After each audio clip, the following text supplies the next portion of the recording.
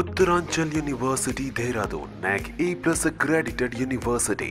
Already నీ marriage life అనేది మనం చూసాం అంటే లైక్ పాత వీడియోలో మనం చూసే ఉన్నాం కాబట్టి అంటే నీకు ఆ టైంలో మ్యారేజ్ చేసుకునేప్పటి నుంచి తను లీవ్ చేసి వెళ్ళిపోయేంత వరకు మీ జర్నీ హ్యాపీగా అసలు ఎప్పుడు జరగలేదా మ్యారేజ్ లైఫ్లో? లేదు లేదు, అస్సలు లేదు. First starting 2 months okay fine బాగానే ఉన్నాడు. మేము కూడా ఇలా చేస్తాడని ఎవరు ఎక్స్పెక్ట్ చేయరు. ఈవెన్ మా డాడీ కూడా అలా చేసినప్పుడు షాక్ అయ్యాడు. ఓన్ వాళ్ళే రిలేటివ్సే అలా చేస్తారని అనుకోలేదు. కానీ మరి ఏమైందో వాళ్ళ మమ్మీ డామినేషన్ ఎక్కువ అనమాట మా రిలేషన్షిప్లో. ఓకే, సో కేవలం అత్తమ్మ వల్ల విడిపోవాల్సి వచ్చింది అంతే. సో బేసిక్గా తను పర్సనల్గా తను ఎలాంటి వాళ్ళు మీ హస్బెండ్? చాలా మంచోడు అక్క, చెడ్డోడని నేనేం చెప్పను. బ్యాడ్ హ్యాబిట్స్ అంటూ కూడా ఏం అంత లేవు. అంటే కొట్టేయడాలు గిట్టడం అలాంటి ఏం లేదు, బాగానే ఉన్నాము. ఎప్పుడైతే థర్డ్ పర్సన్ ఇన్వాల్వ్మెంట్ వచ్చిందో మా లైఫ్లో అక్కడితో కొలాప్స్ అనమాట. ఓకే, అది ఫస్ట్ థింగ్ ఏంటంటే తనకి అటు ఇటు మేనేజ్ చేయలేకున్నాడు. మ్యారేజ్ లైఫ్ని అసలు మేనేజ్ చేయలేకపోయాను. సో మదర్కి ఎక్కువ ఇంపార్టెన్స్ ఇవ్వడంతో నా లైఫ్ స్పాయిల్ అయిపోయింది.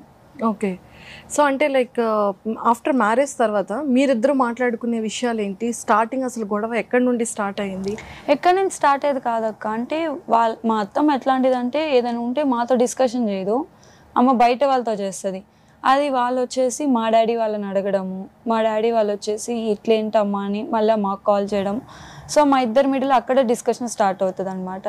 అట్ ద సేమ్ టైం తను కూడా మ్యారేజ్ అయినట్టు ఎవరికి చెప్పొద్దంటాడు. ఆఫీసెస్లో కూడా మ్యారేజ్ అయినట్టు చెప్పడు. ఈవెన్ నా ముందు కూడా మా డాడీ వాళ్ళు ఒకరోజు వచ్చారు ఇంటికి. వచ్చి మా డాడీ వాళ్ళు మీట్లో ఉన్నాడు. మా డాడీ వాళ్ళ ముందే చెప్తున్నాడు, ఇంకా మ్యారేజ్ కాలేదు, కెనడా వెళ్ళడానికి చూస్తున్నాను అనేసి మాట్లాడుతున్నాడు. అదేం నేను రిటర్న్ క్వశ్చన్ చేసి ఇప్పుడు చెప్తే ఏమవుతుంది, చెప్పకపోతే ఏమవుతుంది, నాకు తెలుసు కదా నాకు మ్యారేజ్ అయినట్టు, వాళ్ళకి చెప్పాలా నేను అనేసి రిటర్న్ క్వశ్చన్స్ నాకేస్తున్నాడు. అంటే అసలు మ్యారేజ్ చేసుకున్న విషయం తనకి ఎవరికి ఎక్స్ప్రెస్ చేయటం లేదు, వాళ్ళ ఆఫీస్ కొలీగ్స్ కానీ ఎవరికి కానీ. తనకి ఏమైనా బిఫోర్ రిలేషన్షిప్ ఏమైనా లవ్ ఉంది అని చెప్పేసి అన్నాడు. మరి అది ఎంతవరకు నిజమో నాకు తెలీదు. ఓకే, సో నార్మల్గా డిస్కషన్స్ చేసుకునేటప్పుడు ఒక అమ్మాయిని ఇష్టపడ్డాను, బట్ అట్లేం లేదు అనేసి అన్నాడు. అంతే, అది ఎప్పుడో అంటే సరే నేను లైట్ తీసుకున్నాము, అదేం పట్టించుకోలేదు, ప్రెజెంట్ కామనే కదా అనేసి. 1 month 2 months బాగున్నాడు. తర్వాత వాళ్ళ మమ్మీ కొంచెం ప్రాబ్లమాటిక్ చేస్తుందని అగైన్ మేము వేరే దగ్గర కాపురం పెట్టాము. అప్పుడు పెడితే వేరే జాబ్లో చేంజ్ అయితే కొంచెం శాలరీ హైక్ వచ్చింది. సో హైదరాబాద్కి వద్దాము, ఇల్లు తీసుకుందాము, నన్ను హైదరాబాద్ తీసుకుని వచ్చాడు. తీసుకొచ్చిన తర్వాత ఒక 20 days కరెక్ట్గా ఇల్లు చూసుకున్నాము, ఇంట్లో ఉన్నాము. 20 daysకి అసలు నేను కెనడా వెళ్ళాలనుకుంటున్నాను, నాకు ఇక్కడంతా సెట్ అవుతుంది, శాలరీ నేను చేయలేను అంటే నేను వచ్చేసి ఫస్ట్ ఓకే చెప్పాను. తర్వాత నేనే ఆలోచించుకున్నాను, ఇక్కడే తను ఇట్లా ఉంటున్నాడు అంటే నాకు కొంచెం కూడా సపోర్ట్ చేయటం లేదు. సో అక్కడికి వెళ్ళాక మరి ఇంకెలా ఉంటుందో సిచ్యువేషన్ అని నేను నో చెప్పడం స్టార్ట్ చేశాను. ఇంకా అక్కడి నుంచి ప్రాబ్లమ్ స్టార్ట్. మా డాడీ వాళ్ళని ప్రాపర్టీ పేపర్స్ అడిగారు. అడిగితే మా డాడీ ఇవ్వమన్నారు, ఎందుకంటే నాకు ఇంకో సిస్టర్ ఉంది, సో తనకు కూడా కావాలి అని ఒక ఉద్దేశంతో వద్దు, అది ప్రాబ్లంలో ఉంది, నీ గురించి కాదు మేము దాని గురించి కూడా ఆలోచించాలి కదా, కుదరదు అన్నారు. ఇంకా అక్కడి నుంచి వాళ్ళ మమ్మీ చూడరా అనేసి ఇంకా పెట్టడం స్టార్ట్ చేసింది. అలా మొదలైంది. Oh my god. సో మీ ఇద్దరి మధ్య అంటే ఇష్యూస్ జరిగేటప్పుడు కానీ ఖచ్చితంగా ఒక వైఫ్ అండ్ హస్బెండ్ రిలేషన్లో అంటే మాట్లాడుకోవడం, గొడవ జరిగేటప్పుడు అది కాదు ఇది అని ప్రాబ్లమ్ షార్ట్ అవుట్ చేసుకోవడం, లేకపోతే సారీస్ చెప్పుకోవడం, అట్లా అసలు ఏముండదు. ఈవెన్ నేను ఇఫ్ ఇన్ కేస్ ఎవరికైనా బాధ వేస్తే కూర్చొని ఏడుస్తుండే, అసలు ఎందుకు ఏడుస్తున్నావు, నీ ప్రాబ్లం ఏంటి అని వచ్చిన డేనూ లేదు. లేకపోతే అసలు ఎలా చేయాలనుకుంటున్నాను లైఫ్లో అన్న అడిగింది లేదు, ఏమీ లేదు అక్క అసలుకి. అంటే ఒక పర్సన్ నేను ఎలా రియాక్ట్ అయితే ఎలా రియాక్ట్ అవ్వాలి, ఆ రియాక్షన్స్ కూడా ఏమీ ఉండదు. పోనీ మనం ఏమన్నా క్వశ్చన్ చేస్తుంటే దానికి ఆన్సర్ చేద్దామంటే అది ఉండదు, కామ్గా ఉంటాడు.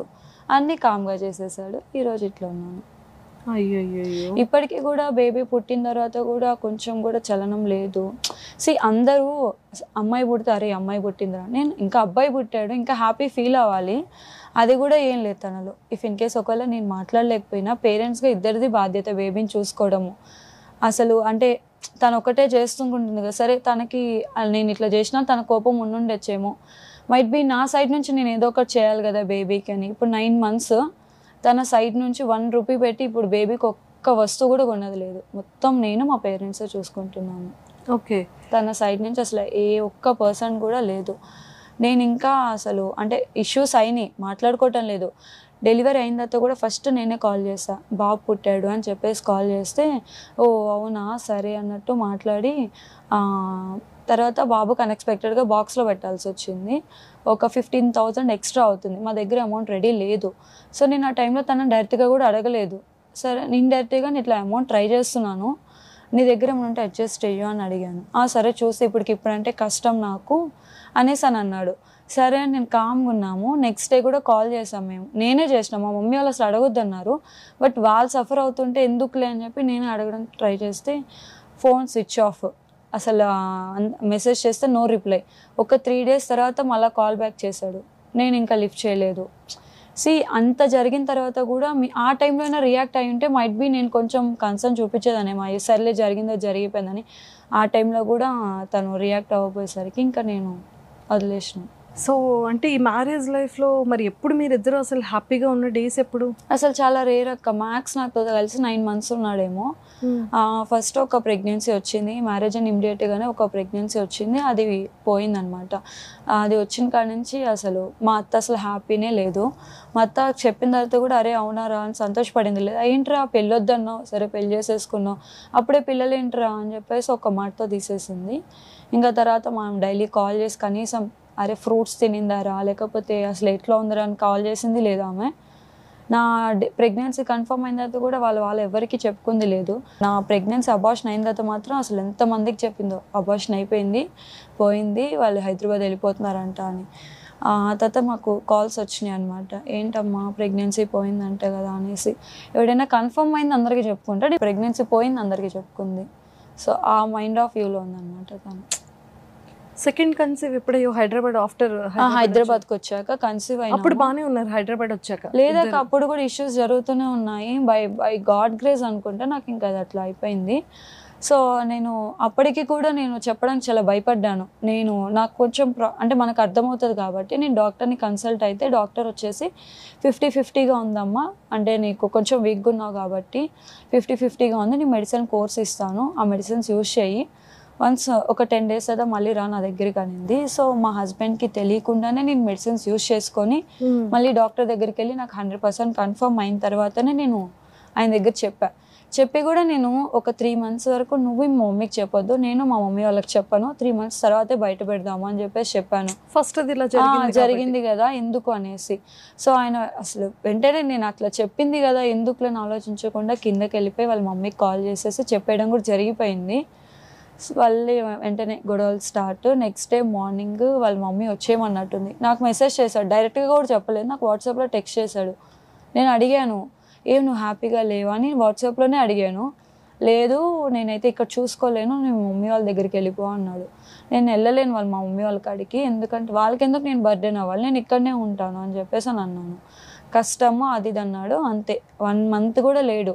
నెక్స్ట్ డే మార్నింగ్ నాకు కళ్ళు తిరుగుతున్నట్టుంటే నాకు ఆకలి వస్తుంది, ఫుడ్ అయినా తీసుకురా అంటే నా దగ్గర డబ్బులు నీకు ఆడ ఉంటే తెచ్చుకోపో అనేసి అన్నాడు. సరే అని చెప్పేసి నేను అప్పుడు గొడవ అయిన తర్వాత నేను వెళ్ళి పడుకున్నాను. ఆ నైట్ బ్యాగ్ సర్దుకొని వెళ్ళిపోయాడు. ఇంకా నెక్స్ట్ మా మమ్మీ వాళ్ళకి కాల్ చేస్తే ఇట్లా జరిగింది మమ్మీ అని చెప్తే మా మమ్మీ వచ్చేసారు. ఒక 5 months మమ్మీ ఉండి చూసుకొని మళ్ళీ నెల్లూరు తీసుకెళ్లారు. ఇట్లయితే కష్టము. సో నేను ఎందుకు జాబ్ కోసం ట్రై చేశాను 6th monthలో అంటే ఆలోచించాను అనమాట, నాకు కొంచెం జాబ్ వస్తే ఇన్సూరెన్స్ కవర్ అవుతుంది, at the same time leaves cover అవుతాయి. ఆఫ్టర్ నా బేబీ కొంచెం ఏజ్కి వచ్చేసరికి నాకు జాబ్ ఉంటుంది. అలా ఆలోచించుకొని 6th monthలో అగైన్ నేను డాడీకి చెప్పి హైదరాబాద్ వచ్చేసాను. మా ఫ్రెండే హాస్టల్ ఫీ పే చేసింది ఫస్ట్ మంత్. వచ్చేసి జాబ్ ట్రై చేశాను, కాగ్నిజెంట్లో జాబ్ వచ్చింది. సుమన్ టీవీలో మీ పర్సనల్ అండ్ బిజినెస్ ప్రమోషన్స్ కోసం కింది నెంబర్కి కాంటాక్ట్ చేయండి.